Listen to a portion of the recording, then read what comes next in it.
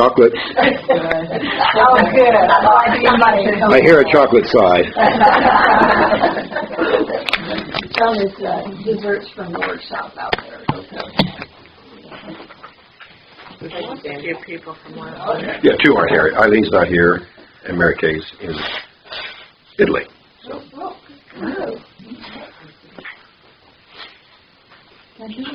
Wasn't there someone else? Lila's here, yeah. Yeah, she's not a regular member. She lives in North Carolina. Okay. But she'll be glad to know you, mister. Yeah. Are you ready? We got to page 11.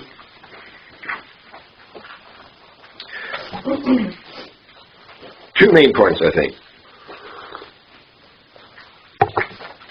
The two definitions of projection.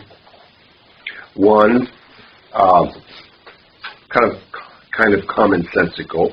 Something in yourself you don't own, you see it outside yourself. It's thrown or projected outside yourself. And we don't we don't create the projections happen from the unconscious. That's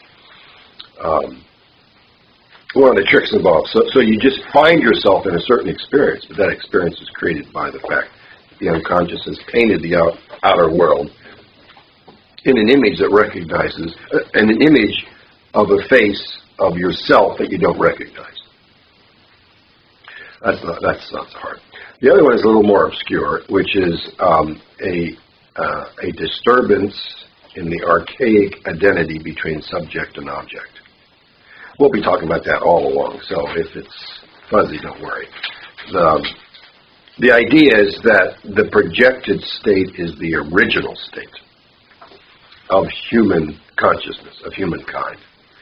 So that this throwing out that I talked about is what we do from day one.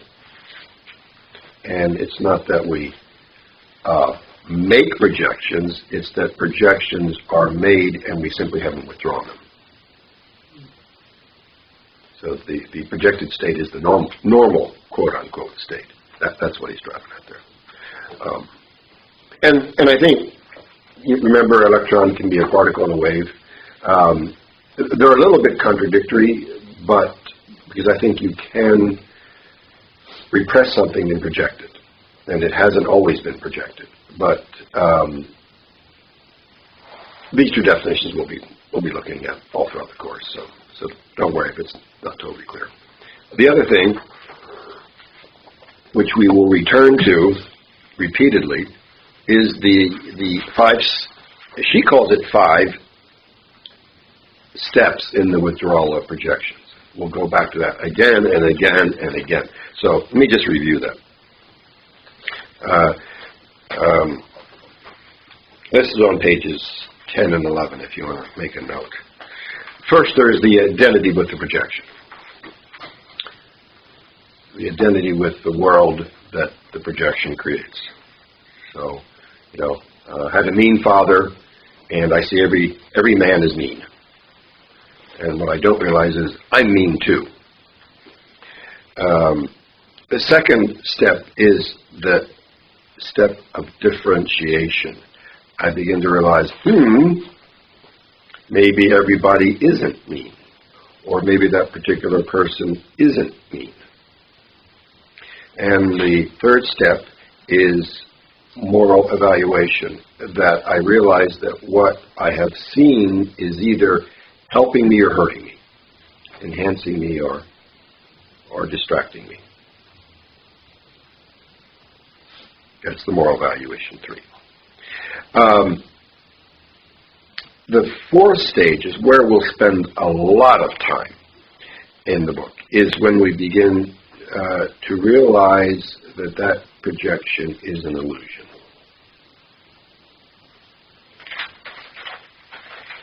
Or you might say that projection is a projection. Now, for the personal stuff, for the example I just gave you, it's not that critical in terms of its implications, but where we're going to make a great deal of that is in religious projections. And we'll see, what I think she does so beautifully is that science just as full of projections as religion is. So, we now can see when the Greeks say that the water contains nymphs, we can say, well, there's no nymphs in water. That's a projection. And the danger, however, is then we say that nymphs don't exist. Well, they don't exist literally, but they do exist psychologically. So that leads to the fifth step, where what has been projected is seen as existed internally. It's what has been projected is seen as existing internally. So in my personal case, I'd say, well, I'm the guy who's a creep. I'm the mean person.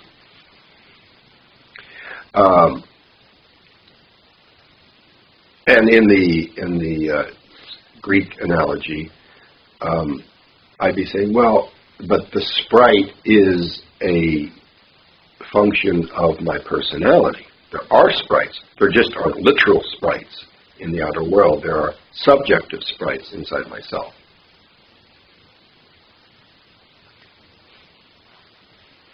And then the last, she says it's the fifth step. I thought it was a little easier to break step 5 down into 5A or 5B or 5 and 6.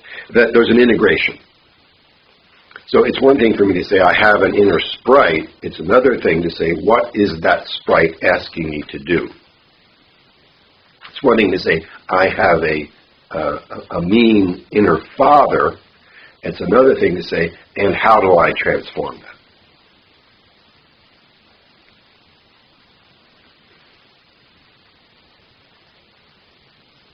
And just in that little schema, we've opened up huge issues without even realizing it. I said that thing exists inside myself.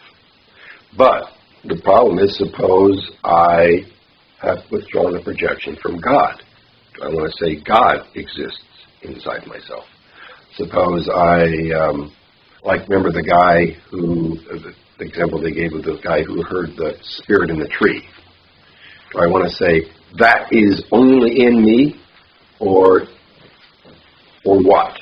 So it opens up another question. By answering the question of projection, it opens up another question.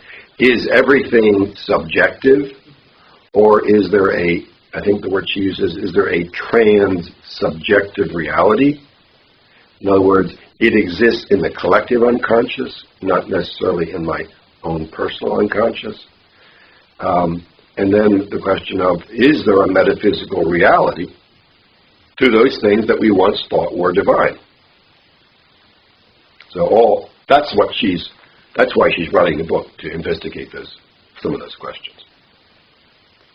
So where does that thing ultimately lie is a question that comes up. Does that all sound familiar? And then we stopped on page 11.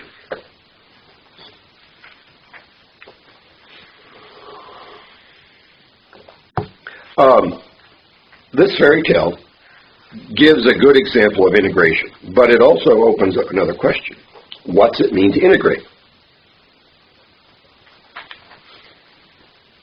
We'll see that some of the projected contexts can be integrated into the ego, and some are integrated into the self. That is a huge distinction. Integrate into the ego would be my example, say, of the angry dad. Well, I can take control of my own aggression. I can own up to the fact that I'm a nasty person. I can own up to the fact that I use my aggression to hurt other people, and I can choose to stop blaming other people for that, and I can choose to use that aggression constructively. That would be integrating it into the ego. Suppose it's that tree spirit, or suppose it's the water sprite, or suppose I all the examples I gave, by the way, were negative. They can be positive. Suppose I project positive things onto a poet. Well, I just can't sit down and write a poem, but I find at certain moments I can be inspired to write a poem. See, that content is not something I've integrated into my ego. If it were my ego, I could control it. So some of the things that we integrate into the self, meaning I realize it's a part of me which I have to serve. And so the former I can control, and the latter I have to serve. It will never be something my ego can legislate. That's important for a couple of reasons. One being, if you think you are every projection you withdraw, you get inflated. Oh, I'm a great poet. Or if I admire Einstein, oh, I'm a great scientist. Rather than, there's a scientist in me who's asking me to do certain things, and I am at its mercy whether it gives me good ideas or not, so I need to develop an attitude of respect for that part of myself, not think I am that part of myself. All the stuff we'll be talking about. I'm just kind of summarizing some of the issues that come up.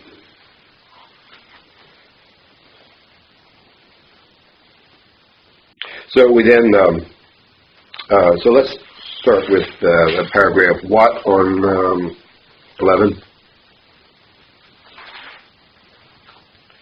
What is known as integration in modern psychology is thus a remarkable and complicated process, thank you very much, in which a hitherto unconscious psychic content is brought repeatedly into the view of the conscious ego and recognized as the longing to its own personality. In the process, this content is changed in its functioning and effects. Now that's integrating it into the ego.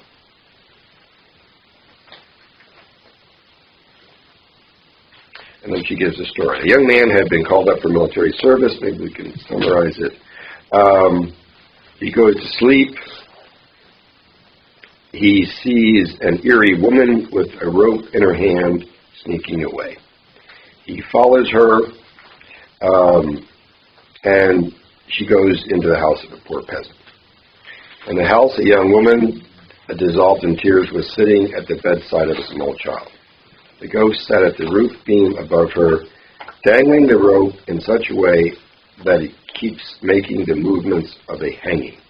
The young woman succumbed to the suggestion, climbed on a chair, and prepared to hang herself. The soldier broke in through the window, seized the rope, and warned the young woman, "Take good care of your child.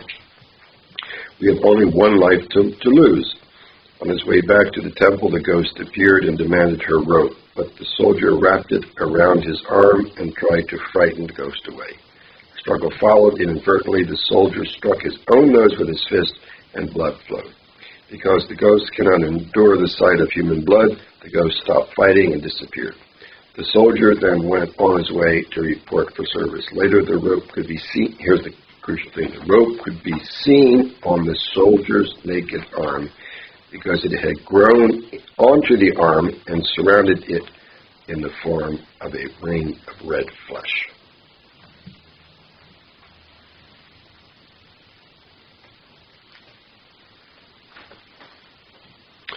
Who wants to try to interpret that?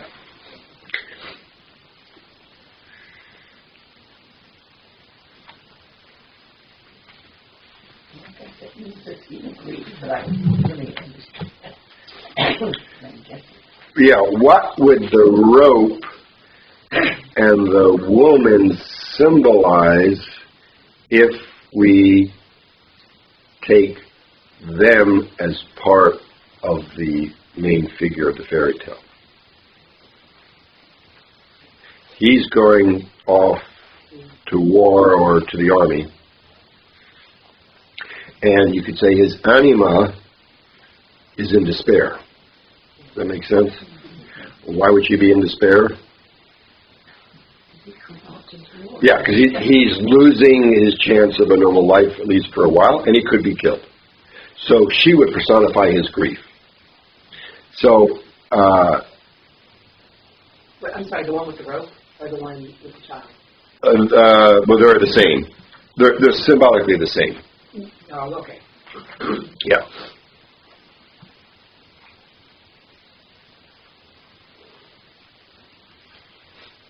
And the rope would be his own self-destructive tendencies,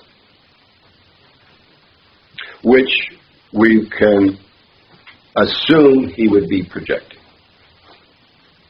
onto somebody else. It could be onto a woman, it could be onto anybody. Here it sort of suggests it's a woman, but it wouldn't have to be only. And the tale shows that by fighting the battle of withdrawing the projection, he makes it his own capacity, as indicated by the rope in the arm.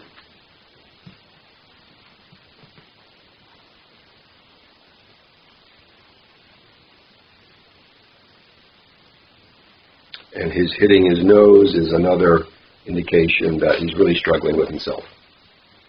And the blood would be the suffering that's involved.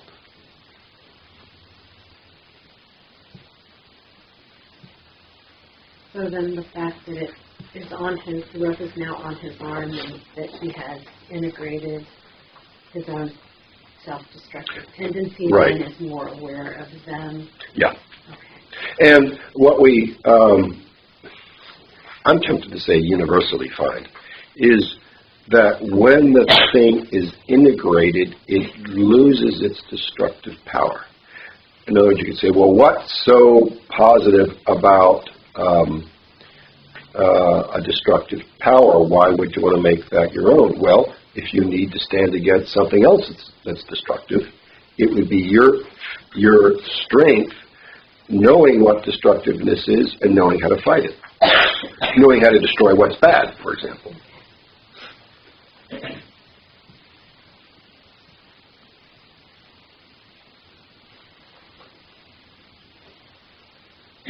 Chris, I mean, if he's going off to war, why would the rope have to be used to talk about clemency in a way, what he's going to be called to do? I mean, I kind of read this almost as a projection of his dread of having, or whatever the right word is, of having to go fight.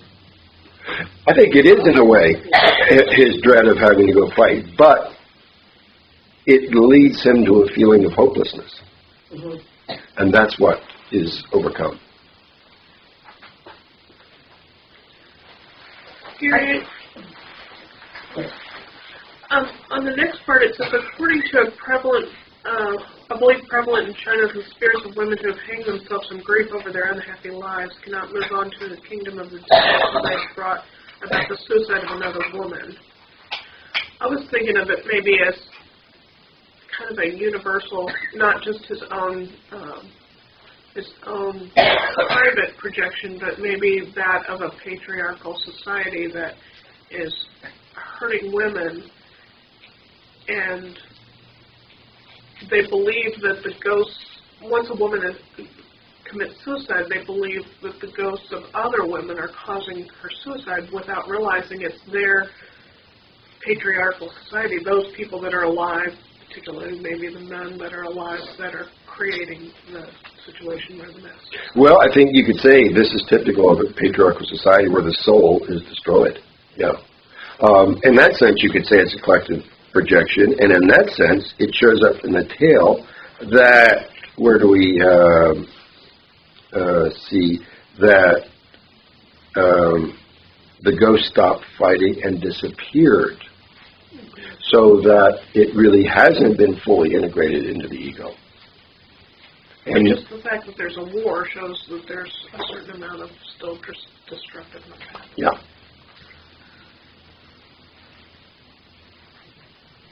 Well, she gets on that point then, in the bottom of the last paragraph, the last full paragraph on 13.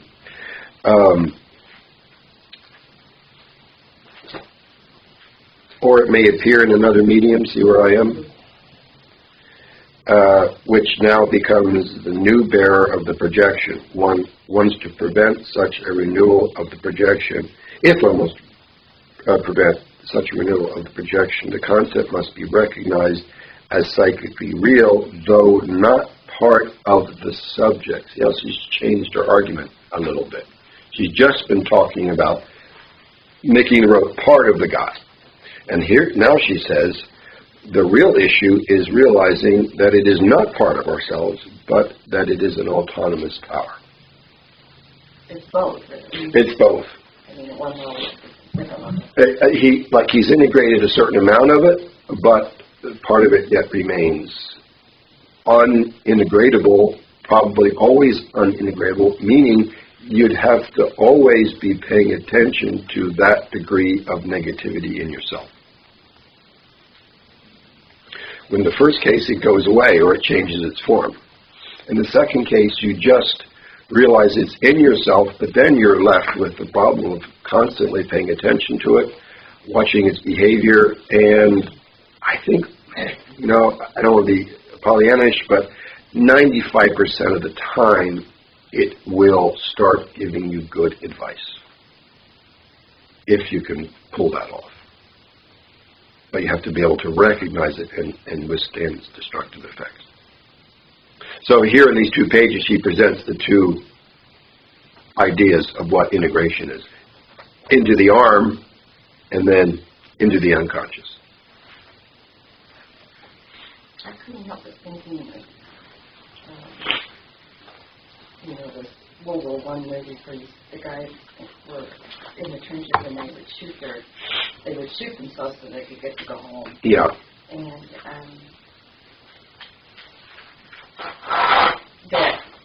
that level of despair and desperation. On the one hand, it is kind of giving in, but on the other hand, it's saying, this is not life. This isn't serving life either.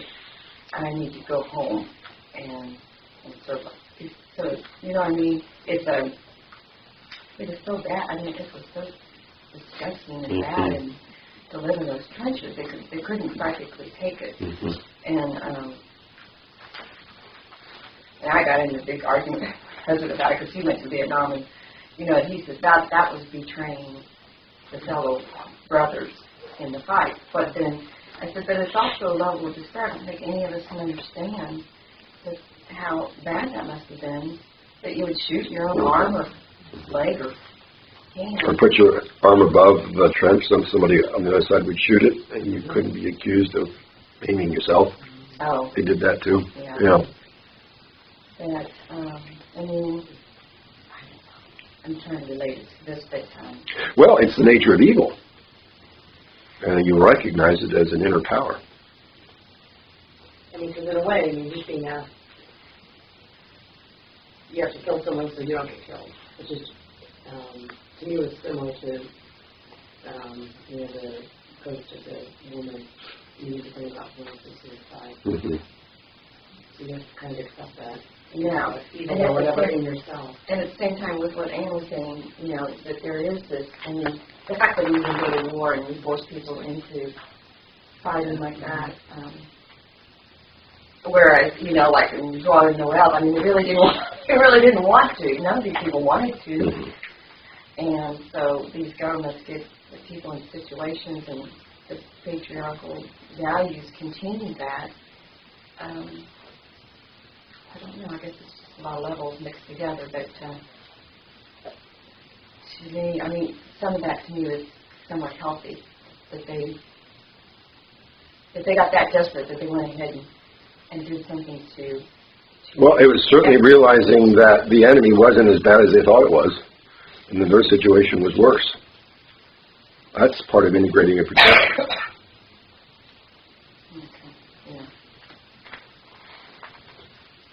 Okay. But it wasn't cowardly. I mean, in my estimation, it wasn't cowardly. Like this was, to me, it intimates if he hadn't fought, it would have been giving into despair. Mm-hmm. That in the trenches. I don't think it's cowardly. Is something different. Mm-hmm.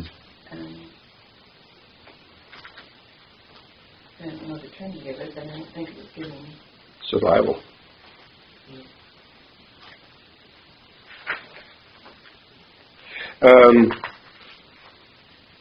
The little image of the boat, do you follow that? Bottom of 13 over to the top of 14.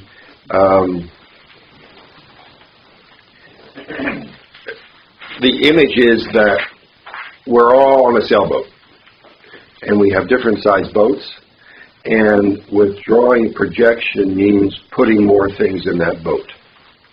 And the question is, how much can your boat hold before it sinks? The withdrawal of negative projections is demoralizing.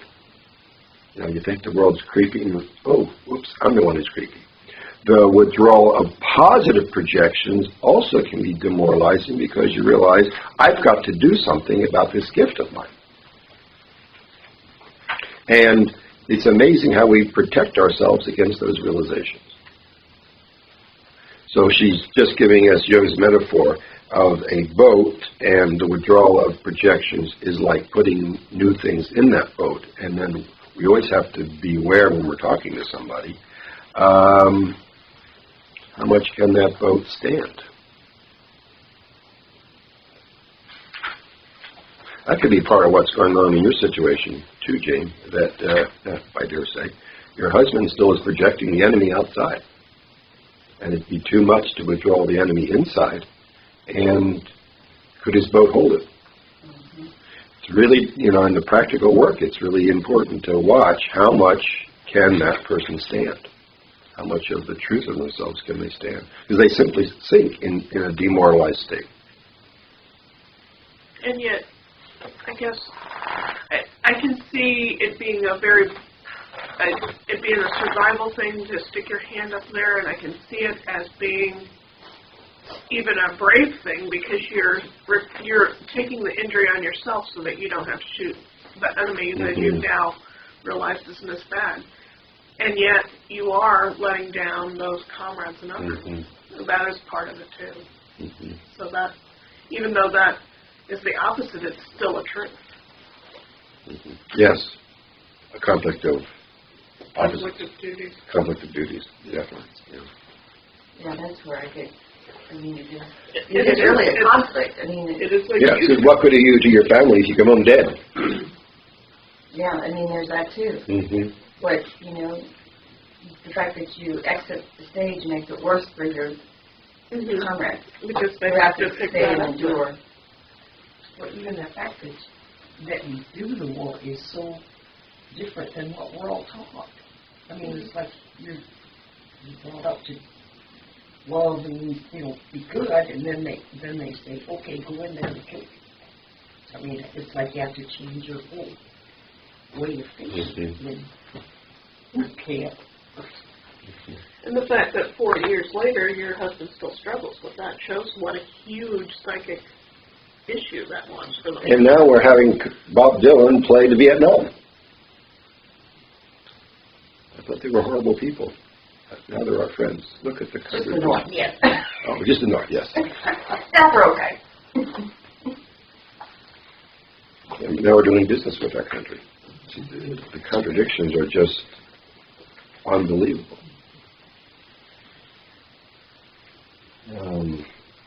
Can we call projection a complex? Is it a complex? No,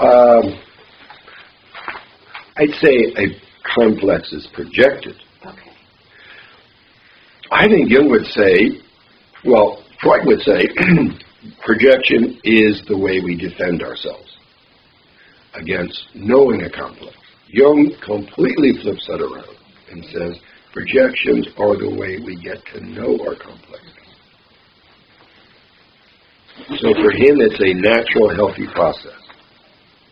The problem is when it gets stuck.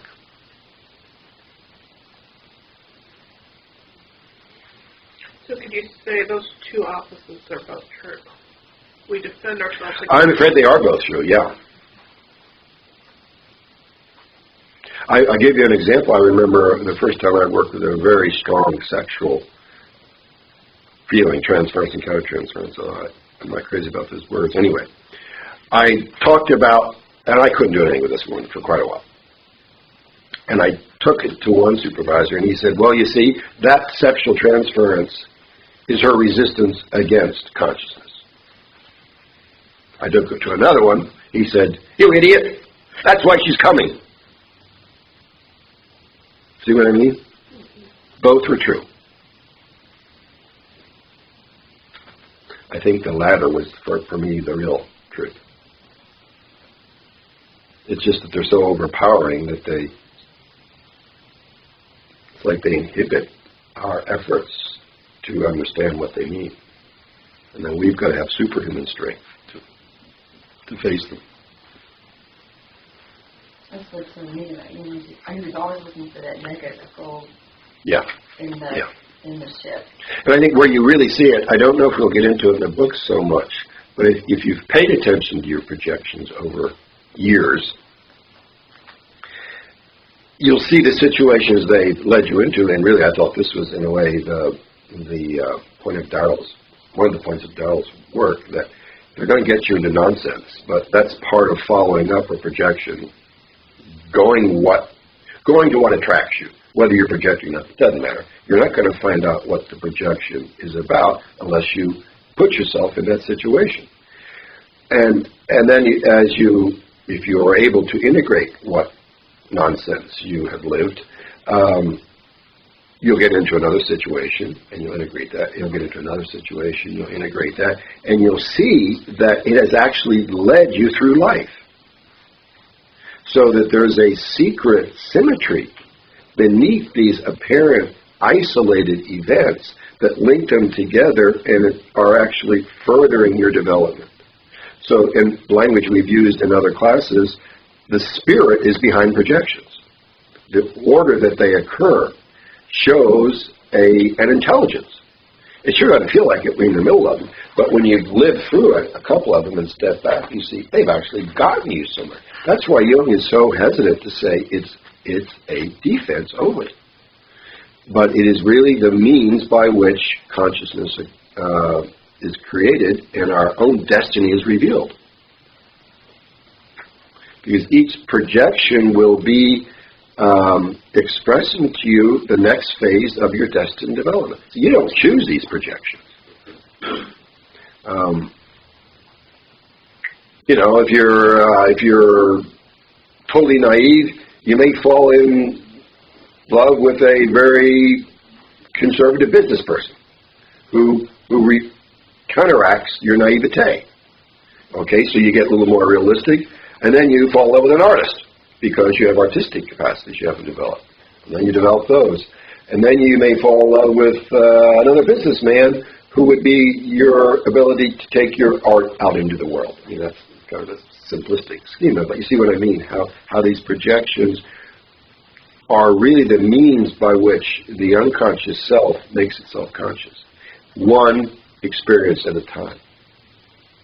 That our morality and our good sense, and even again, going back to Darrell, even psychology, I think, harms this. Because they say, oh, that's my father complex, or, oh, that's this. The fact is, you want to be with that person, so shut up and go be with them. Yes, you'll make a mess, but you won't learn what you need to learn if you sit back on an Olympian tower. That's the subtext, I think, to this book, and why it's so very important. So you can't talk about the projections very long before you start talking about the self. And the projections are the way the self, one of the ways the self makes itself known. This would be the Gnostic idea of recollecting parts of yourself, and projection and recollection. What you're doing is you're recollecting yourself. It takes a lot of courage, strength, and a certain sense of humor. I think Darrell probably emphasized the humor aspect of it, but to not stay back from life because it's not always neat and clean. And we used to blame the church. Now I think we can blame psychology. So.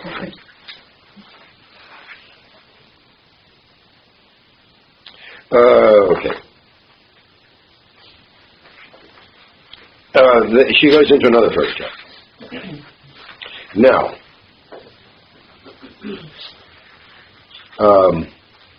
try to give you an overview before we do it. The first fairy tale presented the issue of what it is to integrate in the ego. And then we saw an allusion to what it is to integrate something not into the ego. The fact that these things sometimes can't be made only factors that we can control. Now she gets into a fairy tale to discuss another point, and I have got to confess, I think it's confusing. And I have never understood why Jung discussed it the way he did. Let's at least look at it, and I'll try to explain my own confusion, which may or may not be right. Anyway, bottom of 14. A peasant.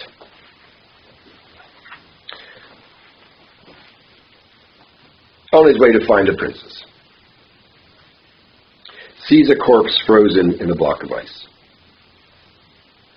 And it's spit at by every passerby. The corpse was a wine dealer and had diluted his wine with water. And the pastor refused a Christian burial.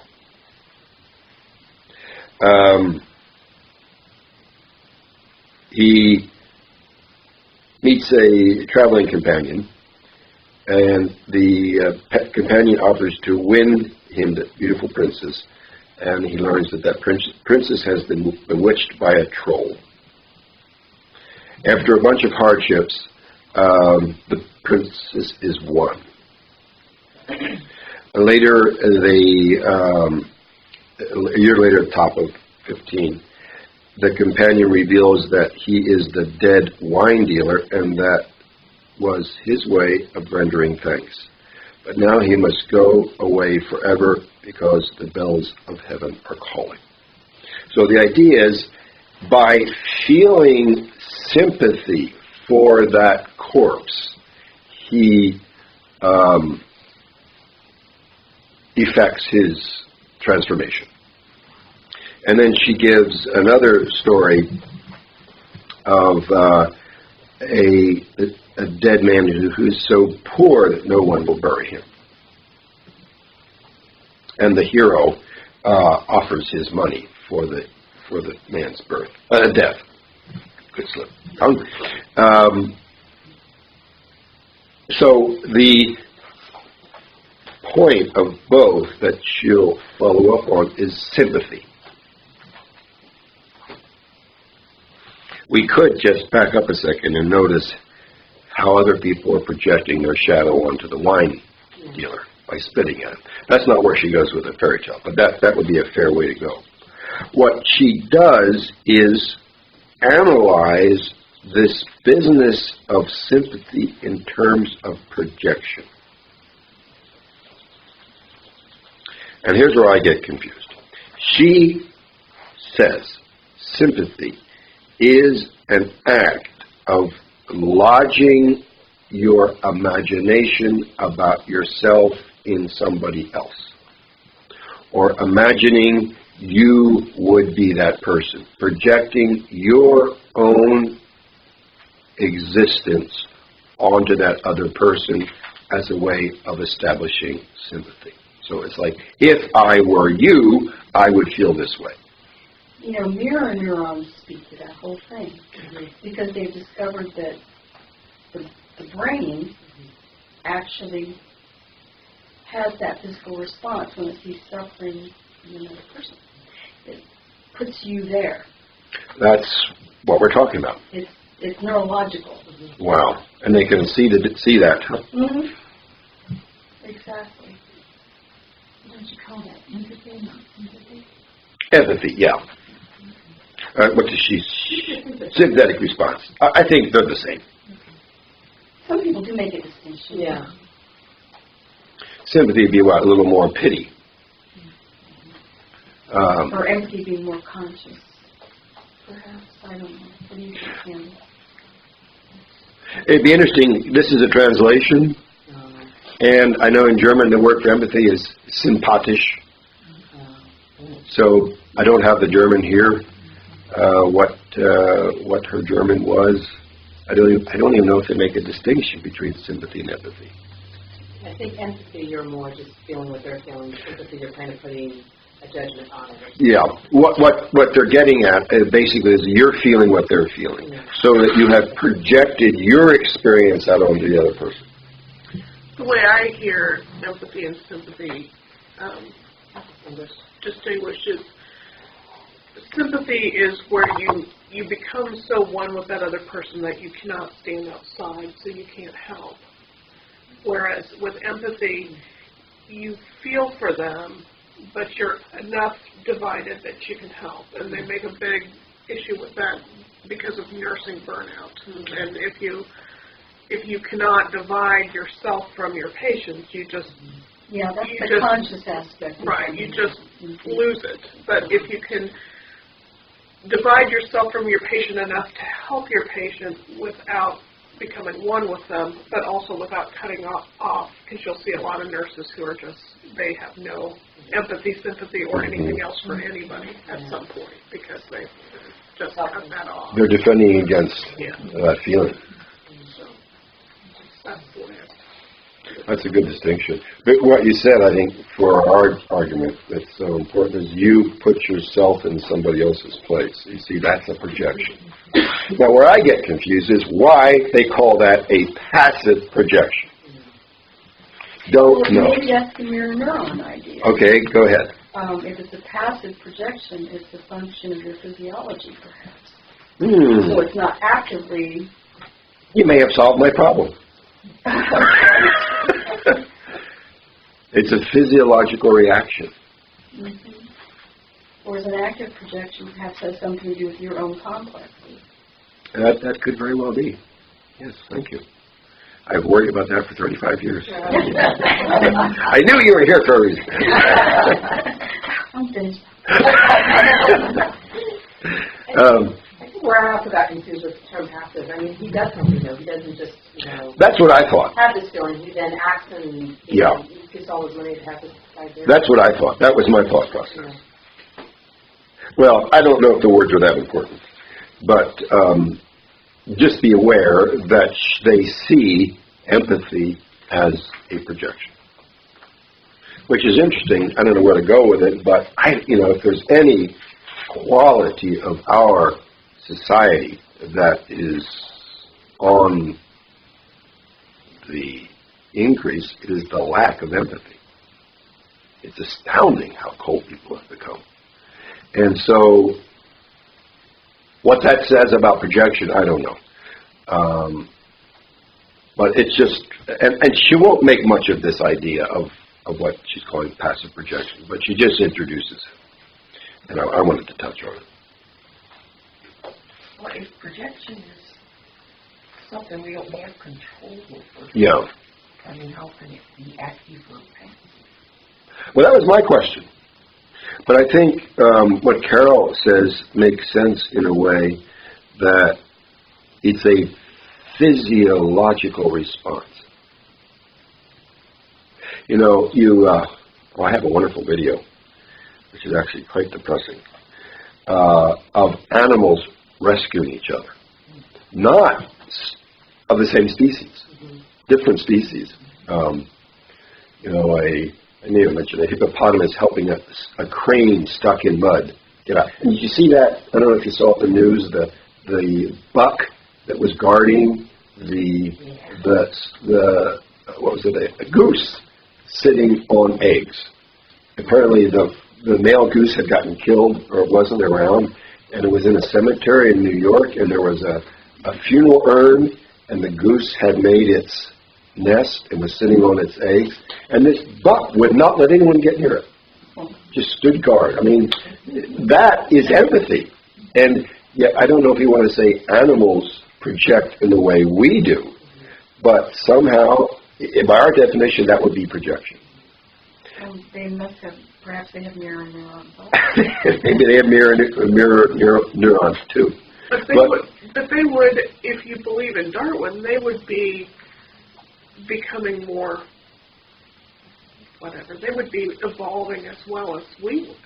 The animals, yeah. So, I think at a higher rate than we are, too. The animals over time are evolving. They are becoming more conscious. Yeah. That would be my thought process there.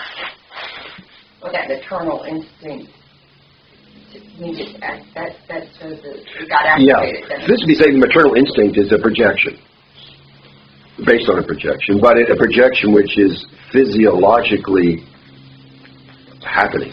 That they use the word passive. I don't care about the word. Just so you know that how they try to see sympathy, empathy, whatever you want to call it, as our ability to see ourselves and the other person and say, if I were in their shoes, this is how I would be feeling, therefore I will do such and such. As I said, this is about the last time we'll hear of it, but I did want to mention it. She'll be talking about what she calls active projection of our seeing a complex of our personal or collective unconscious in the outer world or another person. I mean, to me, then it almost means it's conscious if it's active, it's unconscious if it's passive. Or instinctual. Or instinctual. Yeah. I would go maybe instinctual with passive, unconscious with active. Because both are really, I don't know, don't worry about the words. I think you drive yourself nuts. You drove me nuts and telling Carol, set me straight. I'm happy with neurons. But here's how she describes it, just to hear it. 16, the end of the first paragraph. When unconscious identity operates negatively, it causes us naively and thoughtlessly to take for granted that the other is like us and that what is valid for him is also valid for us is also valid for him. That's what you were talking about, I think, Anne. So that we feel justified in improving him, that is, in raping him psychologically. This is the origin of active projection. Passive projection down below is unconscious empathy, is part of the psychological principle of Eros and forms the basis of all social relations. Active projection, on the other hand, belongs to the realm of Logos since it is concerned with an act of recognition.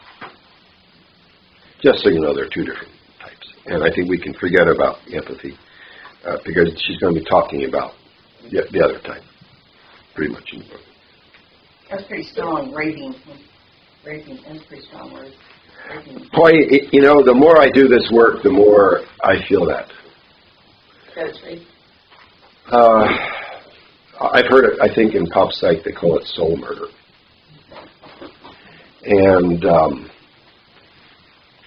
how much of what collective consciousness calls goodwill is really murdering the other person. Because it assumes that I know what's right for them. My help is to help them go in a certain direction. Well, that direction is my direction. I mean, look at our foreign policy. We're helping Middle East. See what I mean? We're just murdering them. So, not to get you out of feeling helpful, but to be aware of the hidden power principle in certain forms of goodwill. And then it's interesting, then she links the passive into the feeling function. Whereas up here, the active will. Yeah, I find her vocabulary confusing. So I would just say, think of empathy as based in projection as much as what we normally call projection. It looks like she says the active is unconscious identity, and then the passive is unconscious empathy. Yeah. That helps a little. Yeah. Say that again. Well, on the top part that you read about active imagination, it starts out saying an unconscious identity, and then down below the paragraph on passive projection, she calls it unconscious empathy. So maybe it's the aspect of identity, identification. I don't know. Slippery. Yeah, I think we drive ourselves crazy. Yeah, I'm with you on that one. And yet we all know when somebody's trying to psychically murder us. Yeah. Oh, yeah. You can feel that.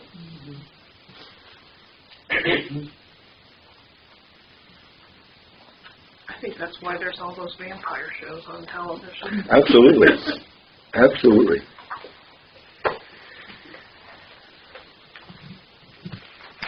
Okay, now we switch gears a little bit. We talk about bewitching. Sorry about what you said? Bewitching. Oh. Bottom of 16.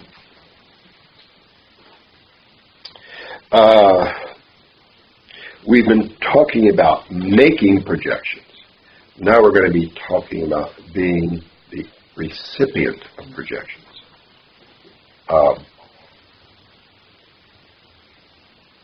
Another way to put that, which would be more amenable to common speech, but we are trying to introduce a little bit more differentiated vocabulary, is what is the effect on you of other people's expectations, and particularly with children.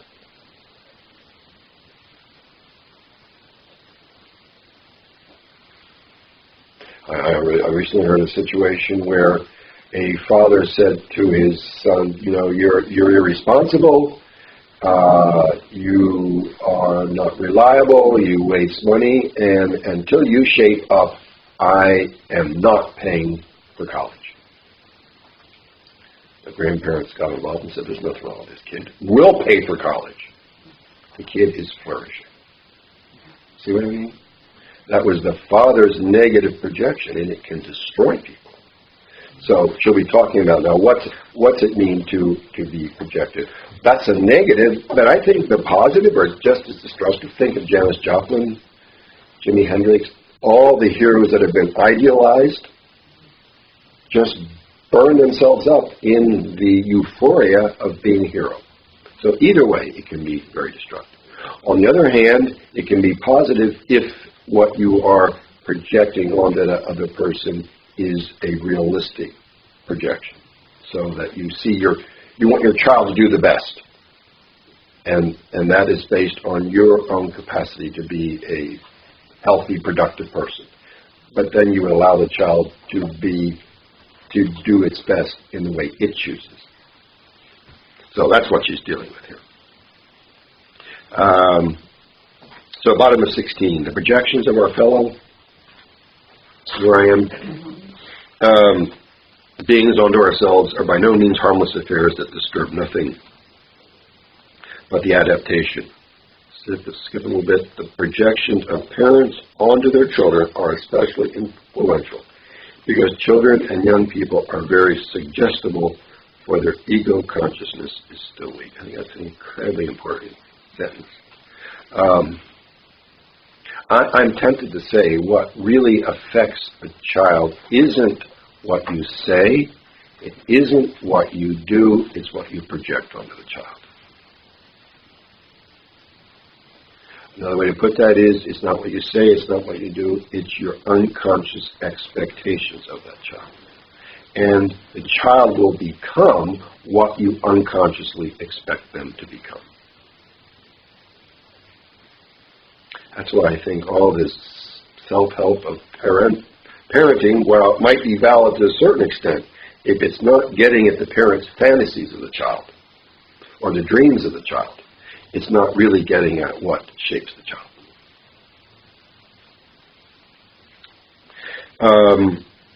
She gives a fairy tale again. 6 swans. Top of 17. The witch-like stepmother throws a garment over her stepsons, thereby transforming them into swans. This can be taken quite literally as projection. The mother, being negatively disposed to the children, sees in them, and I love this phrase, not their own human nature, but rather throws over them the projection of something's bird image existing in her, namely her own unconscious, neglected spiritual side. But behind all of this book is this question, what is our own human nature? And how can we help our loved ones develop it? And how can we make sure we are developing it? How can we watch what we are projecting onto them? And how can we discern what's being projected onto us so that the true nature of both persons can flourish? One that comes across this quite often in everyday life when a mother, out of laziness or for other reasons, neglects her own spiritual development. To compensate, she expects the achievement from her son or sons and bewitches them into something that is alien to their nature. The sons, for instance, may have to pursue an ambitious academic career in order to satisfy the mother's unconscious expectation. In the fairy tale just mentioned, they become birds, that is, rootless, dehumanized spirit beings. I remember, was it 2 years ago, this guy in my French class, really a nice guy, who wanted to study philosophy, and his parents insisted he studied law. And by the time he was 21, he had 2 DUIs. Mad as hell. But they didn't care what he wanted to do. They had their idea what he should do. The release of the bewitched beings in the fairy tale occurs when the loving sister, or sometimes the bride, sews a shirt of star-like flowers for the bewitched and throws it over them, whereby the birds once again assume human form. This too is a projection, albeit one that fits the object, which indeed actually makes it possible for him to appear in his true nature. Many people are in fact brought back to themselves through the loving appreciation of another person. That's sort of a beautiful symbol of the Sophia aspect of the pattern of our faith, the star-like pattern. And you can see how it is a projection, but it's a projection that fits.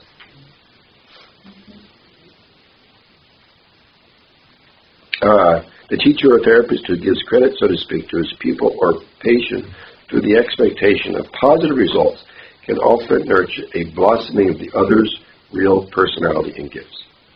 Perhaps it is not important that it is a projection. It operates like a bridge across which the other can come into himself. That is why the phenomenon of countertransference is so important in psychotherapy, and not just as a disadvantage to be combated. It can carry the other like a magic carpet and guide him to his goal. One day, though, this projection naturally falls away, and then it must be proven whether the other can remain himself, even without such help. Chocolate time.